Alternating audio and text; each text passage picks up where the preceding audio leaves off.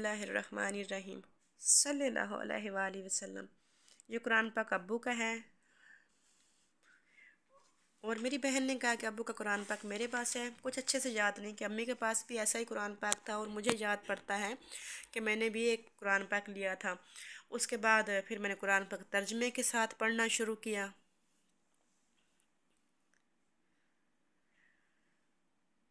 माशाल्लाह बहुत प्यारा कुरान पाक है। उसके बाद ये बहुत वक्त पहले का है और मैं कुरान पाक ट्रेस करके वीडियो अपलोड करती हूँ तो लोग कहते हैं पढ़ा भी करें, और मैं सही तलफ़्फ़ुज़ के साथ नहीं पढ़ सकती, इसलिए मैं नहीं पढ़ती। मैंने अब दोबारा पढ़ना शुरू किया है और जब से मैंने पढ़ना शुरू किया है ना तो मुझे काफ़ी मुश्किल हो रही है, क्योंकि जो मैंने पढ़ा था वो तो ऐसे पढ़ा था कुछ अल्फाज इधर हों जो बता सकूं। जैसे अभी कारी साहब पढ़ाते हैं ना, वो पढ़ाते हैं उलाइका अला हुदम मिर रब्बिहिम, और हमने पढ़ा था उलाइका अला हुदम मिर रब्बिहिम व उलाइका हुमुल मुफ्लिहून। मतलब इस तरह से। तब कोशिश तो है कि पढ़ लूँ, और रोज़ ही सोचती हूँ नहीं जैसे पढ़ रही थी वैसे ही ठीक है, मैं उलझ कर रह गई हूँ। और रोज़ ही कोई ना कोई ऐसी बात सामने आ जाती है, ज़्यादा बदलना पड़ता है। कुछ दिनों पहले मैं ना किसी की कुलखानी में थी, बैठे हुए थे तो कुरान पाक किसी औरत ने पढ़ना शुरू किया। अल्लाह पाक उसका पढ़ा कबूल करे, क्योंकि उसे पता नहीं है, मुझे पता लग गया है तो इसलिए मुझे फ़िक्र हो रही है। उसने ज़ेर ज़बर का ख्याल नहीं किया और वो पढ़ती गई।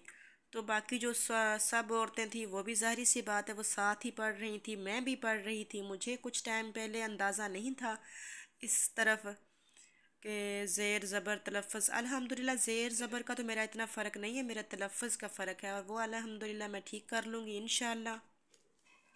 और बहुत से बहन भाई कहते हैं कि आप ना कुरान पाक जैसे ट्रेस कर रही हैं ना तो आप पढ़ा भी करें।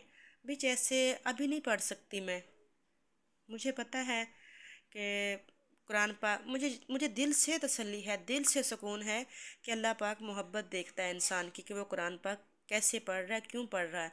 लेकिन हर काम को हम अच्छे तरीके से करने की कोशिश करते हैं ना, तो इसीलिए मेरी जो ख्वाहिश है, हर इंसान की ख्वाहिश होती है कि वो अच्छे तरीके से करना करे, और मेरी ये ख्वाहिश है कि मैं अच्छे तरीके से कुरान पाक पढ़ लूँ। ये नहीं कि मुझे कारी बासित बनना है, वो अलग बात है, उन लोगों की तो बचपन से मेहनत हुई हुई है।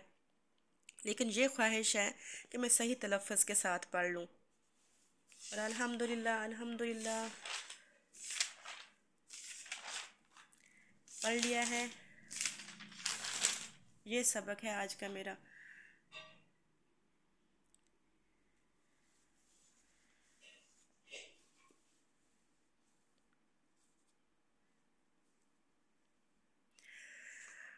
पता नहीं क्यों नहीं बोल पाती। मेरे पास एक पहले चैनल था, उस पर मैं व्लॉगिंग करती थी, मैं पढ़ती थी, सॉरी मैं बोलती थी, और बहुत ज़्यादा बोलती थी, अच्छे तरीके से बोलती थी। मुझे किसी ने कहा कि आप औरत हो और औरत की आवाज़ का पर्दा है, जहन्नम में जाती हैं ऐसी औरतें जिसकी आवाज़ बाहर जाए, ये औरतों का काम नहीं है यूट्यूब पर। तो इस बात को बार बार दोहराया गया तो मेरी आवाज़ बंद होती होती बंद हो गई। और मैं ये फ़ैसला मेरा अल्लाह करेगा कि मैं दोज़खी हूँ या जन्नती हूँ, कोई इंसान नहीं करेगा। बस थोड़ी मुश्किल होगी इस बात के ज़ेर असर हूँ, निकलने में थोड़ा वक्त लगेगा, और इंशाल्लाह निकल आऊँगी इस बात से। मेरी ख्वाहिश है कि जो जॉब करती हूँ मैं जॉब ना करूँ, मैं वाईटी पर कामयाब हो जाऊँ तो फिर मैं कोई अच्छे तरीके से अपनी ज़िंदगी के बारे में सोच सकती हूँ। ख्वाहिशें हैं कि बस ख़त्म होने का नाम नहीं लेती, लेकिन अल्हम्दुलिल्लाह अल्हम्दुलिल्लाह मेरे पास वो सब कुछ है जिसकी मुझे ज़रूरत भी नहीं है। मैं अल्लाह पाक का जितना भी शुक्र अदा करूँ कम है।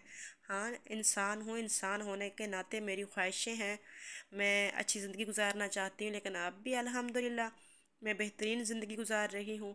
मैं नहीं अल्लाह पाक की नाशुक्री करती, लेकिन इंसान है ना, इंसान हूँ। और इंसान तो वो एक मकोड़े की मिसाल, उसे शरबत में चीनी वाले पानी में डाल दिया, वो वहीं मर गया। तो मिसाल तो वही हो गई।